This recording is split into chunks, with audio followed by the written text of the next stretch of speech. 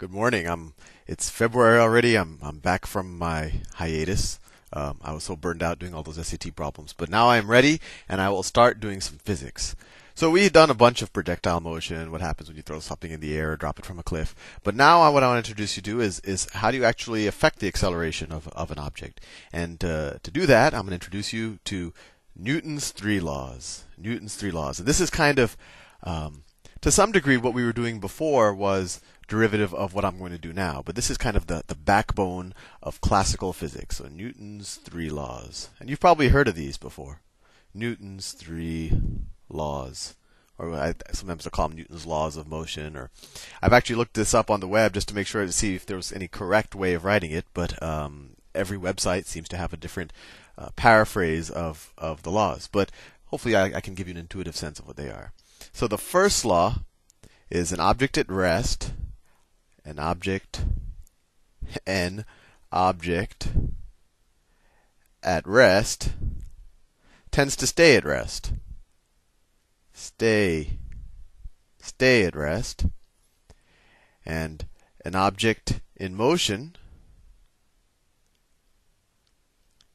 tends to stay in motion. This is what I learned when I was a kid, and now when I look at Wikipedia and things, there are some paraphrases, and we'll go over those paraphrases because I think they're instructive. Stay in motion. And you might say, Sal, this is obvious. Why does Newton get so much credit for stating the obvious? Obviously, if I look at my sofa, for example, it is an object at rest, and if I keep staring at it, it tends to stay at rest. Likewise, when I look at a car crossing an intersection, that's not a red light, that's crossing an intersection, it's an object in motion. And then, I don't know, 10 seconds later, it's still staying in motion, and of course it'll stay in motion unless you press the brakes, whatever. So you might say, well, Sal, this is the most obvious thing ever. This doesn't even need to be written down. But let's say you were Newton and you came to me, and sometime it was in the 17th century, and you said, Sal, I have these new laws, and the first is an object at rest tends to stay at rest, and an object in motion tends to stay in motion. And I would say, Newton, I can already disprove your law. Let's say I have an apple, and I'm holding it up at, let's say, I'm holding it up with my arm, so it's roughly, my shoulder level. So I'm holding an apple. This is an apple. Looks like a heart, but it's an apple. So I'm holding it with my hand. I'm drawing my hand. I don't know if that makes sense to you, but I'm holding it with my hand. And what happens when I let go of that apple? So while I'm holding it with my hand, it's an object at rest, right? But then when I let go, what happens? It falls, right? It falls to the ground. So I'll say, Newton, I just disproved your first law because this was an object at rest, and I did nothing to it. I just let go. I didn't apply, I didn't push it, I didn't pull it, I didn't throw it, I didn't do anything.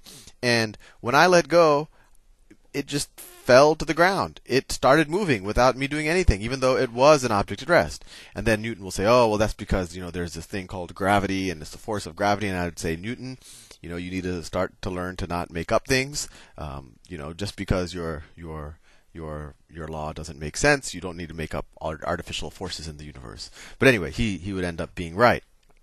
And the way to think about this, if I did this exact same experiment while I was in space, and let's just say, I was going to say orbit because it would look like that, but even orbit is kind of you're still kind of falling towards the Earth. It's just you're moving. Well, I won't go into that. I'll go into orbit at another time.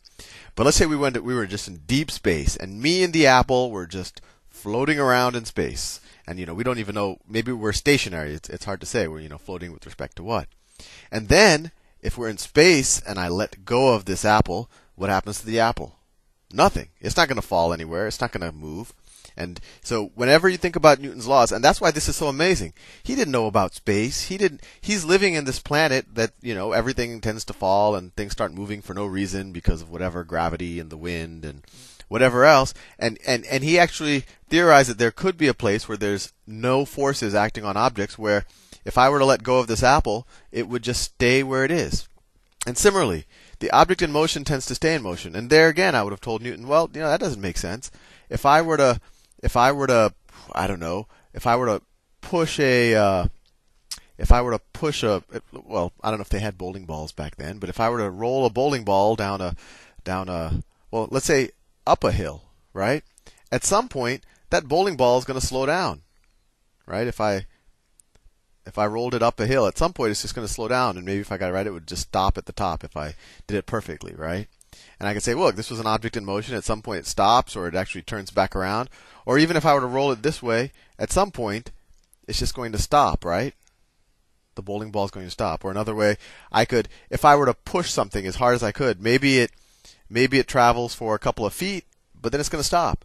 And he'll say, oh, well, you know, there are these forces that you're not realizing. There's the wind resistance in the bowling ball example. There's the force of friction in the example where I just push something, and I would have said, well, Newton, you're just making up these forces again. And this is why this is so not intuitive, because he had to essentially realize that there were all of these forces acting on something, when to someone at that time, you wouldn't have realized it, and you wouldn't have been able to even conceive that there's a place called, space, for example, where these things wouldn't happen. If I push something in space, it will keep going. It would be an object in motion, and it will keep that velocity until some other force acts on it. So it wasn't that intuitive. And so a more modern way to write this is to say that there is a frame of reference. There exists a frame of reference, and I'll explain what a frame of reference is. But there exists a frame of reference where this is true. That could be the new way of saying Newton's first law of motion. So what's a frame of reference?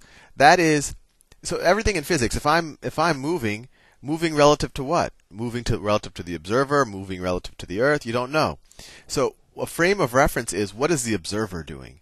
So example, when I'm in space and I let go of the apple, me and the apple are kind of in this, I am observing the apple from what I call an inertial frame of reference. So this is a frame of reference actually where Newton's laws hold. If I take the apple on Earth and I let go and it drops, the reason why this first law didn't hold is because I'm not really in an inertial frame of reference.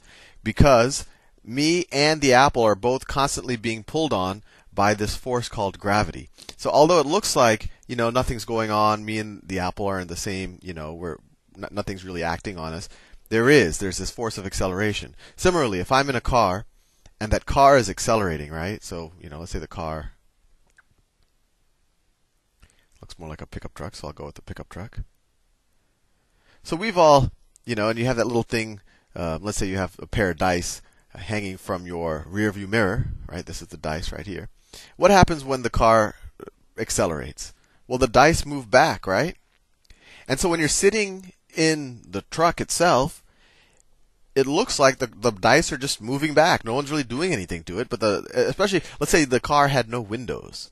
And you would just all of a sudden mysteriously feel, well, you would feel a little squeezing on your chest too, but you would also just see these dice move back, and you'd say, hey, this Newton's first law doesn't hold. And what I would say, well, that's because you're in a non-inertial frame of reference. To someone outside of the truck, they would see, oh, well, the truck is moving, the truck is actually accelerating, and that's why the dice moved back. So in I guess you could say the horizontal dimension, and I'm probably just confusing you, but I want to give you a really intuitive feel about why this isn't so intuitive. In the horizontal direction, because there are no forces of gravity or whatever acting in this direction, and if I'm outside of the truck, I would be in an inertial frame of reference in at least the horizontal dimension. I mean, we always have gravity pulling down on us, but from the outside of the truck, I could observe that, oh, Newton's law holds because the whole frame of reference, this truck is actually being accelerated. So me being outside of that, I would be in an inertial frame of reference. Hopefully I haven't confused you too much. The way to think about it is an inertial frame of reference is just a frame of reference where there's no outside forces acting on the whole frame of reference. And a frame of reference is just what is the observer doing? What am I doing? Am I moving with the object? Am I being accelerated with the object? Or are neither me nor the object being acted upon? And that's the way to think about it. I already ran out of time. I only got one law done. So I'll see you in the next video.